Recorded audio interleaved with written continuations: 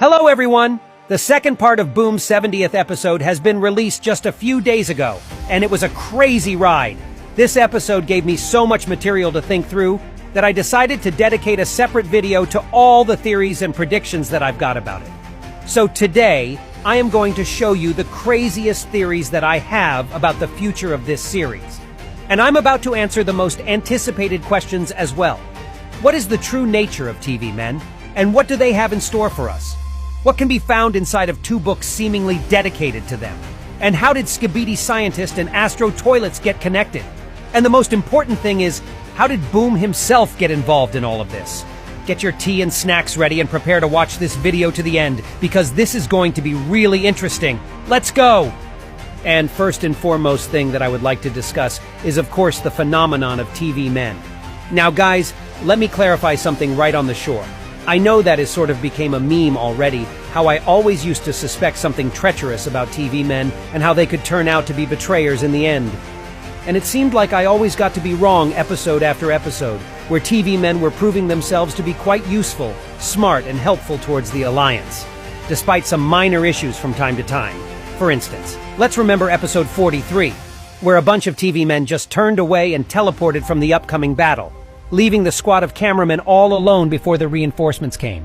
Or episode 49, where, despite the fact that TV woman actually saved POV cameramen, TV men also left earlier from the battle with several more enemies left alive, and where we could hear one TV man say to TV woman it's time to leave in the process.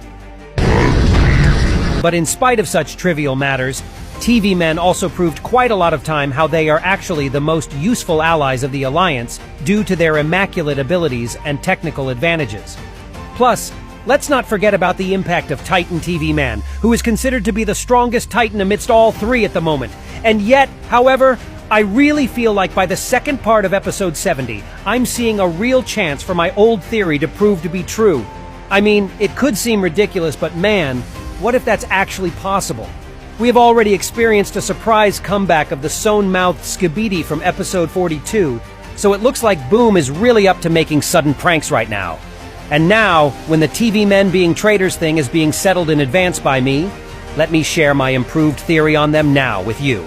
So, aside from two books with the sign of TV set on their covers, there was also another detail in this episode that left me in quite a restless state of mind.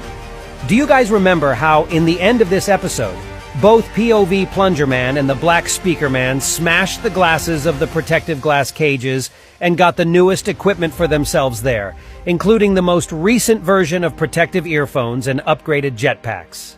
At the moment, I got to be pretty confused about this, and let me explain why. This kind of equipment seemed to be really fresh to me, as if it was just created by the cameramen scientists in the Alliance's laboratory, because those upgrades came to the soldiers of the Alliance forces right in the battlefield in the end of episode 69. And it happened the same way how Titan Speakerman got his flying speaker upgrades nice and steaming, so to speak. So the fact that the same type of equipment could be already found in the secret room in the Skibidi bunker raised one big important question of mine. How the hell did the newest equipment for the Alliance members get to the Skibidi so early, if it wasn't even used in the battle against them yet? And now, only one possible answer is occurring to me, and I think you can already guess what it might be. A betrayal. And its source may be no other than TV men. Why, you ask me? Well, because that's obviously what Boom seems to be hinting us to. Just think about it. We didn't see a single piece of equipment belonging to TV men's race, no TV set or piece of clothing. The only thing connected to them were the cover images of two anciently looking books indicating to TV men. And I have a separate theory about these books, which I'll tell you a bit later. So watch this video to the end, not to miss anything important. So based on those observations, I can draw the following conclusion. TV men either might have been the double agents all along, sharing the secret information about the Alliance's inventions with the Skibidi scientist, or they started as the Alliance's allies at first, but then switched sides for the reason that is yet unknown to us as viewers. Because if you remember, the similar kind of thing happened to Astro toilets, who didn't really switch sides, but simply isolated themselves both from the Skibidi army and the Alliance forces, because they apparently got disappointed in their former associates. What if the similar thing could have happened to the race of TV men as well? And by the way, it's not going to be the last time when I'll mention the Astro Toilets fraction, but I'll tell you more about it a bit later. So, I have this theory about how the newest equipment for the Alliance got to appear in the Skibidi bunker already. What if all those upgrades that the soldiers of the Alliance forces have got in the end of episode 69 were not created by cameramen scientists, but Skibidi scientists instead, and TV men or some other traitorous figures helped switching the upgrades up? So instead of the actual upgrades from the cameramen's lab, the Alliance soldiers have got the replicas produced by Skibidi scientists? That would explain the placement of those earphones and a jetpack that 2 of our infiltration squad survivors have got. And also, this leads me to another suggestion that I have about the jetpack here. What if the fuel inside of its turbines contains an explosive power? Because as we know, Skibidi sure as heck love acid and explosive things. So, what if the Skibidi army's plane goes like this? When the soldiers of the Alliance who are fully equipped with those latest pseudo-upgrades will come closer to the Skibidi main base, then someone responsible for those explosives inside of the jetpacks will press a certain button, and the whole Alliance combat force will get into huge trouble. And also, I saw how a lot of you guys mentioned in my comment section under my analysis of the second part of episode 70, that you expect somebody other than TV men turn out to be a traitor. And your guy's answer actually hit me to the bone because you said the name of Simp Cameraman. And oh my god, the more I'm thinking about it now, the more sense it actually makes. He also could have been the one who would leak the exclusive Alliance information to the Skibidi army representatives, and he could have a pretty good reason for doing it because in case you guys have already forgotten, in the second part of episode 57, Simp Cameraman had been betrayed by the love of his life, TV woman, who chose to save Plungerman from the battlefield while leaving Simp Cameraman to suffer from his injuries alone. What if Skibidi picked up his lifeless body while clearing up the battlefield afterwards and revived him the way cameraman scientists revived Mecha Scientist Cameraman? And thus, he shared all the info he had about the Alliance technical advances and advantages that he saw in the cameraman lab with Skibidi. And that's how this newest equipment was either created from the scratch or replicated by their scientists.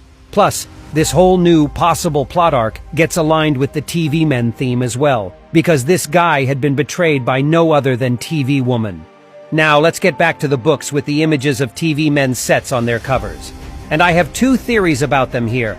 The first one is that in case my theory about TV men being traitors towards the Alliance this time comes out to be true, then these books must be some sort of pact documents, which goal is to establish a certain plan of actions between the Skibidi army and the race of TV men.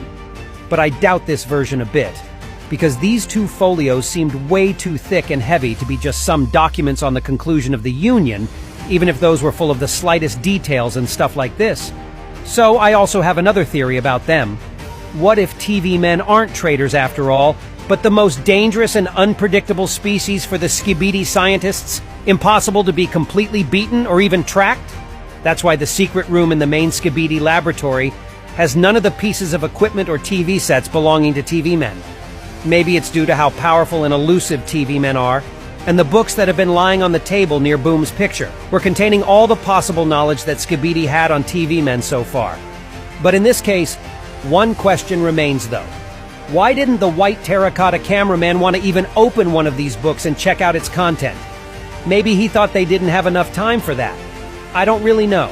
And by the way, as we started speaking about Boom already, let's move to the next theory that I have.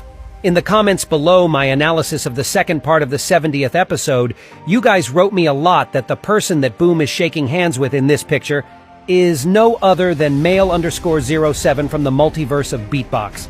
So I checked this information and found out that you all were actually correct, so thank you guys for that. I really appreciate how smart my community is. In case you don't really remember, male_07's face became a prototype for the very first Skibidi that we saw in the first episode of this series. So I can make a conclusion that male_07 was the very first human being that got to be turned out into the Skibidi toilet, and the rest would follow him. And as you can remember from the multiverse of Beatbox, unlike male_09, male_07 was quite interested in putting the whole world into chaos, so probably he shaking hands with Boom in this picture would mean that those two were actually responsible for the creation of the concept of Skibidi toilets. and that's why the scientists on their sides looked pretty unhappy. What if they sort of expected something to go wrong? And it seems like they were right in the end, and the world has been sunk in the complete chaotic disaster now.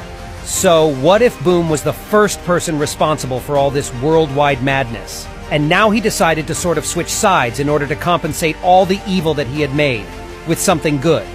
So that's how he would turn into the secret agent helping the Alliance from the shadows.